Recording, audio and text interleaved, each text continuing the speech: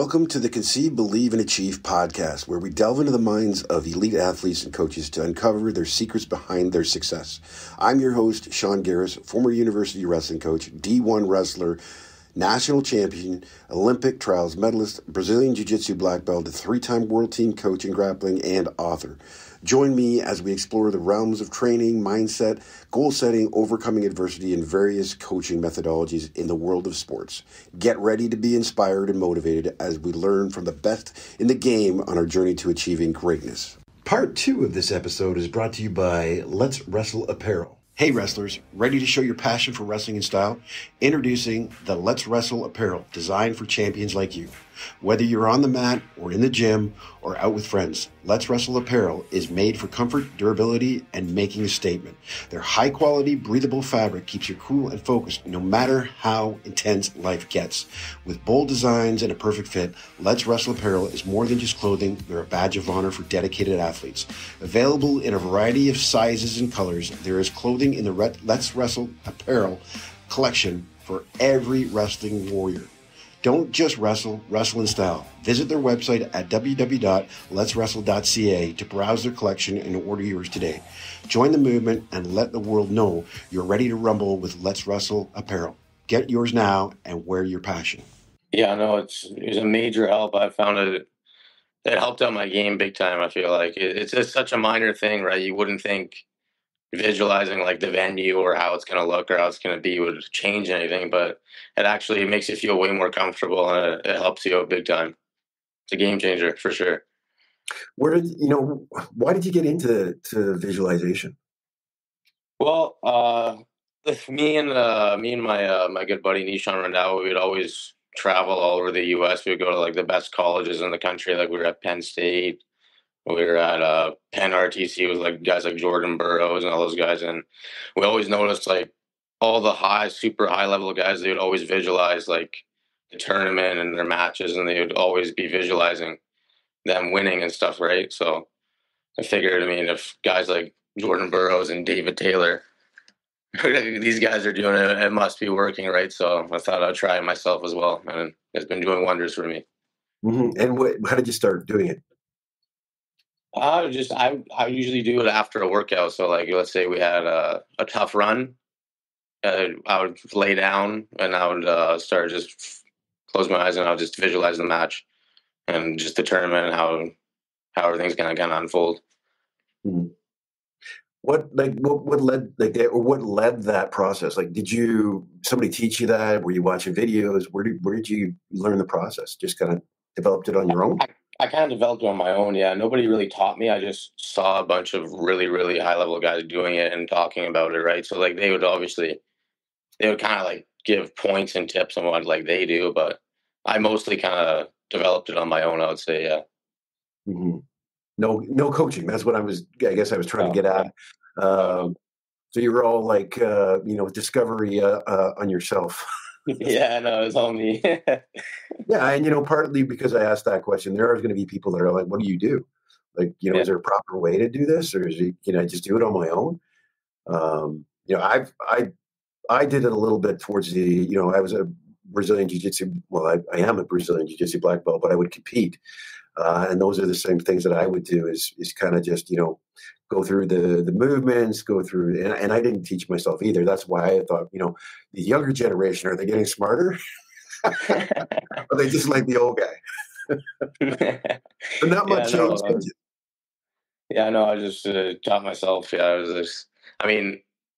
to be honest, I don't think you can get taught really much about it. It's just you just gotta visualize how things are gonna happen. Really, I don't think there's much different you can do. Maybe breathing wise or something like that, but yeah, no, I don't think there's much you can get taught about that. Just in and out, in and out. That's pretty much it. Yeah. So the other thing we touched on a little bit, the support system, and how important your dad has been in that. Is there anybody else in your life that has been supportive with the wrestling career? Yeah, so many people have had, like, we got a really big support system. We got my coaches, I got obviously my sister, my whole family, my niece and nephew. Everyone always supports me. They're all backing me. I'm very lucky. I got a big backing around me. Nice. Yeah. I'm glad to hear that. A couple things with the support system. I just talked to a couple other athletes, and it's one of the things I touch on all the time. Sometimes you can't be at that level without a support system, a good support system. Yeah. Because if you don't have a good support system, sometimes the people will tear you down. And I've seen it with parents where they've kind of been problematic at times, not so supportive, taking them down. So it's nice to hear that you have a good support system.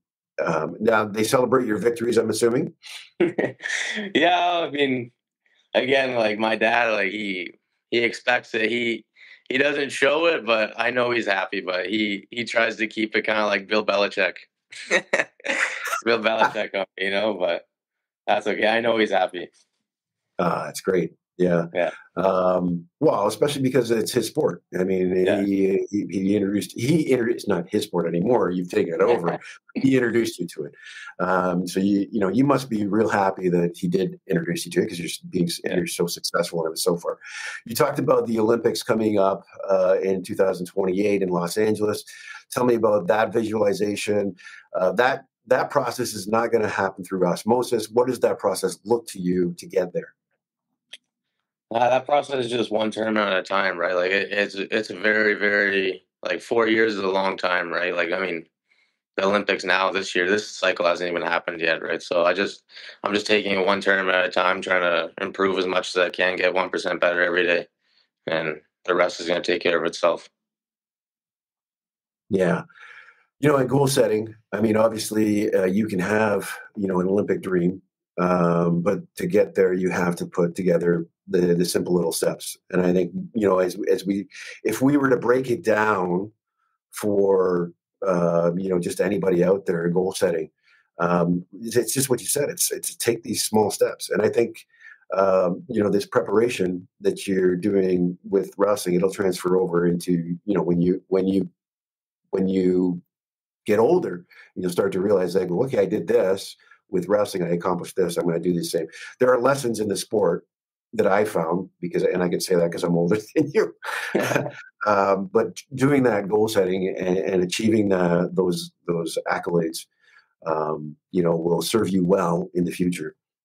But is there any visualization with that as well? With the Olympics, do you put? I know I've talked to a couple other athletes. What they've done is write 2028 on their what did you say, mirror, stuff like that. I did something similar to that, but I haven't posted it up yet. But I had 20. My goal was originally 2024.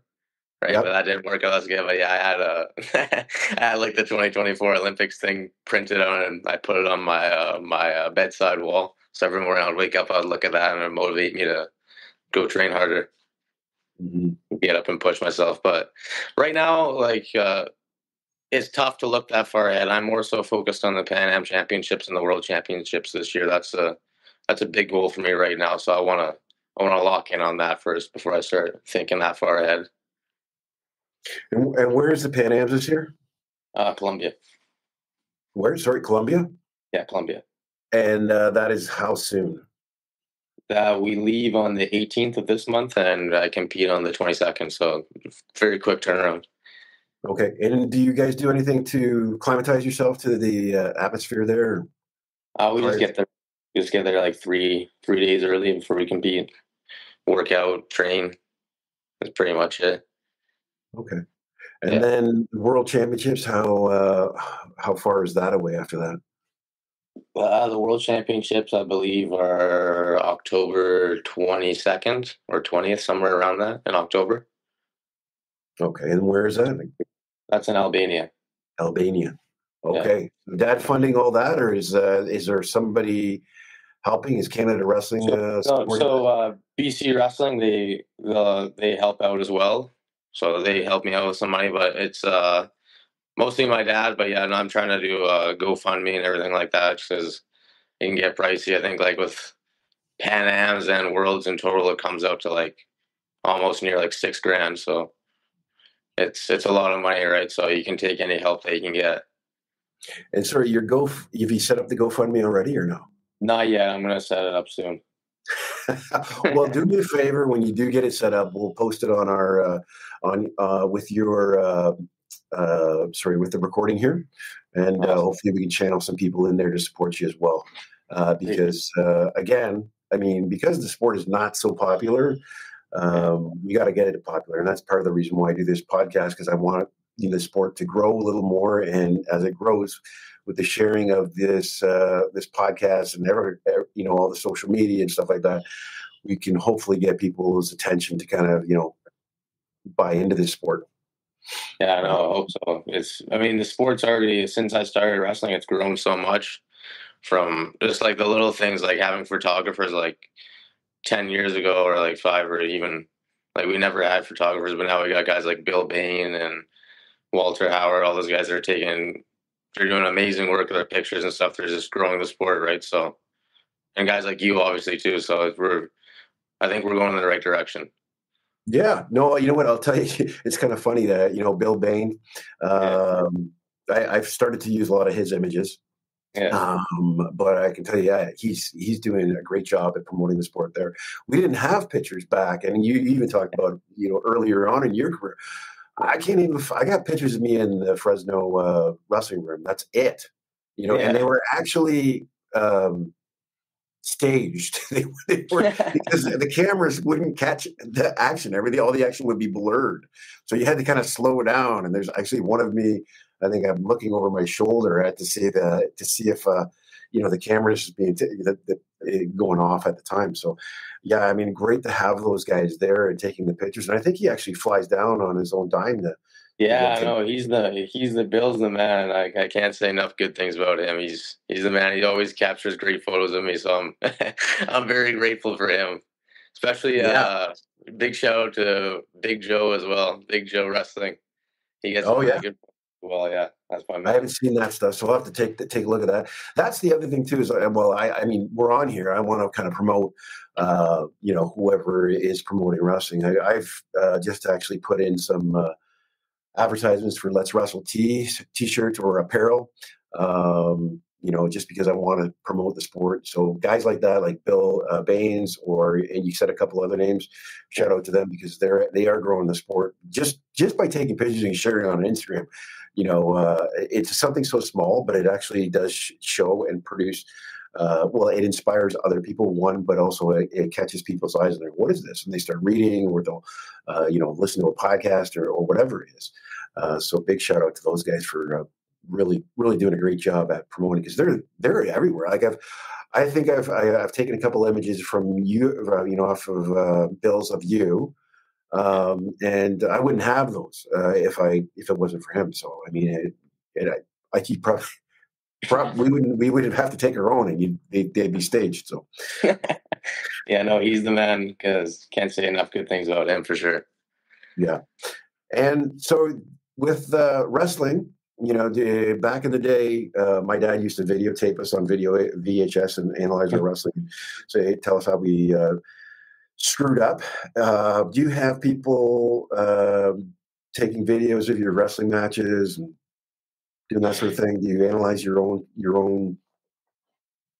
moves? Yeah, no, it's funny thing. I got some matches on the VHS too from way back in the day when I was like 8 from my dad, but they're very, very tough to watch because it's all over the place because you get so excited. So he wasn't that good at filming. Let's just say that. But yeah, no, we try to video all of our matches, right? We try to get like a friend to video our match. Or lately we've been pretty lucky though, because Flow Wrestling is with Canada Wrestling now or something like that. I think they're working with Canada Wrestling, so most of the matches now they get uploaded to Flow Wrestling, so it's super easy. So you can just go and watch your matches on there after. But yeah, if it's like a small local tournament, you'll just get one of your friends to video your match, and then after the tournament, you go home and you'll watch your matches, and then usually we'll come back on Tuesday or Thursday morning and we'll work on our technique and what we didn't do good or right.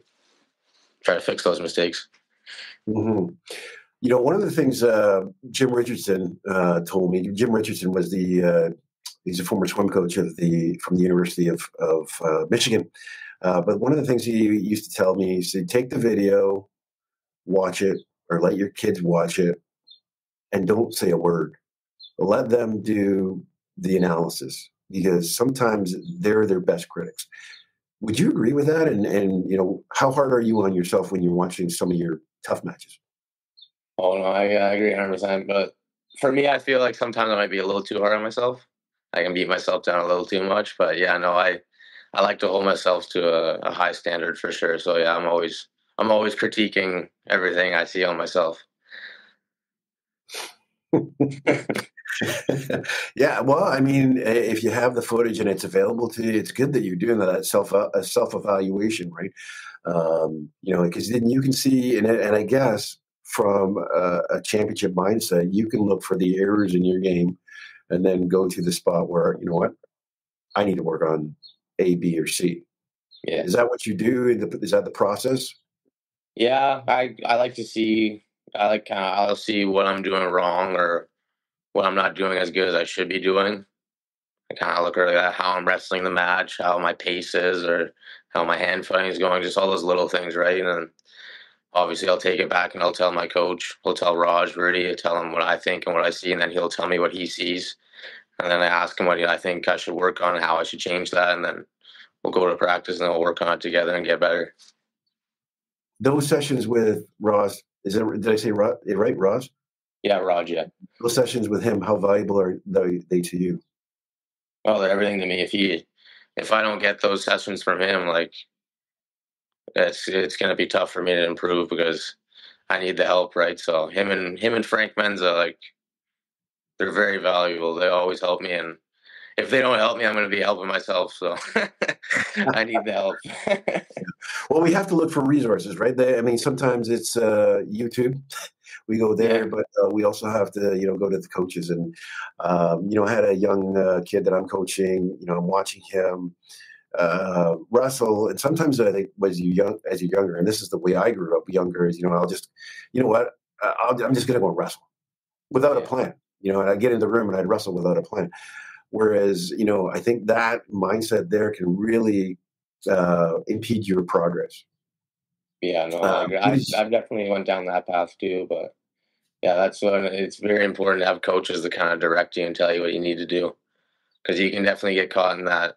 Just going in and scrapping it out every day and just not thinking about what you need to do or what you need to work on, just scrapping it out, right? But yeah, no, you definitely need a game plan.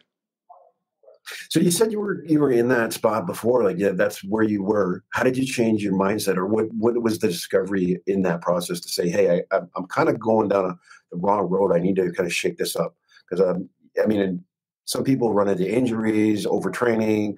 What was it for you that said I need to kind of change this pace and kind of analyze things? For me, it was pretty much just losing. It's just simple as that, like just losing matches, right? Like I don't like losing. I'm a poor sport. I don't like losing. I want to win. So just losing and then going back again, like analyzing like my training and my competition, like what am I doing wrong? What do I need to change, right? So just realizing that I'm just going into practice and I'm just putting my head down and scrapping. Like that's not good enough, right? You got to train smart. So just realizing those areas and trying to change those it's really helped me. I feel like. And what do you? Sorry, you're going to who for that advice mostly? Is it just coaches, or does dad come into play still? Yeah, he comes into play still too. Yeah, he always tells me I'm too hard on myself and I just need to just let it go and just wrestle freely. But yeah, I know coaches for sure too. And mostly coaches. Raj, he's always in my ear helping me out. Frank too, and all those guys. But yeah, he's still involved. And what do you do to celebrate those victories? Get back to the gym. Just get Get back to back the to the gym on Monday. gym. So that's your adrenaline, getting back to the gym, and on after those big wins, you want to get back and into the grind. Yeah, I That's gotta your get routine. more. I get more. Yeah, you're Can't be not satisfied. celebrating with a Dairy Queen or anything like that. Oh yeah, no. I love my snacks. Yeah, I'm celebrating with some ice cream and stuff like that. But a good quote I like is Conor McGregor. He said, "If you sleep on a win, you'll wake up with a loss." So Mhm. I always want to push myself and get back in the gym and work as hard as I can. Can't celebrate for too long. Yeah. Some of the top wrestlers that you have been, I guess, looked to inspiration or have tried to copy their style? Definitely my good buddy Nishan Rendawa. He's always been a good role model for me. He's always been helping me out along the way. We trained together for I think 4 or 5 years now. We go everywhere together. So he's definitely been a really good role model to me to just show me what it takes to be on the Olympic team, world medalist, just competing at the next level. So I'm very grateful for him. Having somebody like that in the room to push you not only physically but mentally, it seems like that is a great asset for any wrestler. Yeah. Yeah, no, for sure. It's a big help. You can't be it's tough to get better if you're the best guy in the room by a country mile. You need guys to be able to push you, right? So iron sharpens iron. Love it. That's great. Well, Owen, I want to thank you for your time. This has been a great chat. I mean, again, there's going to be people that are watching this and they're hearing your story. They're hearing how you train. That's exactly why they tune into this sort of thing. If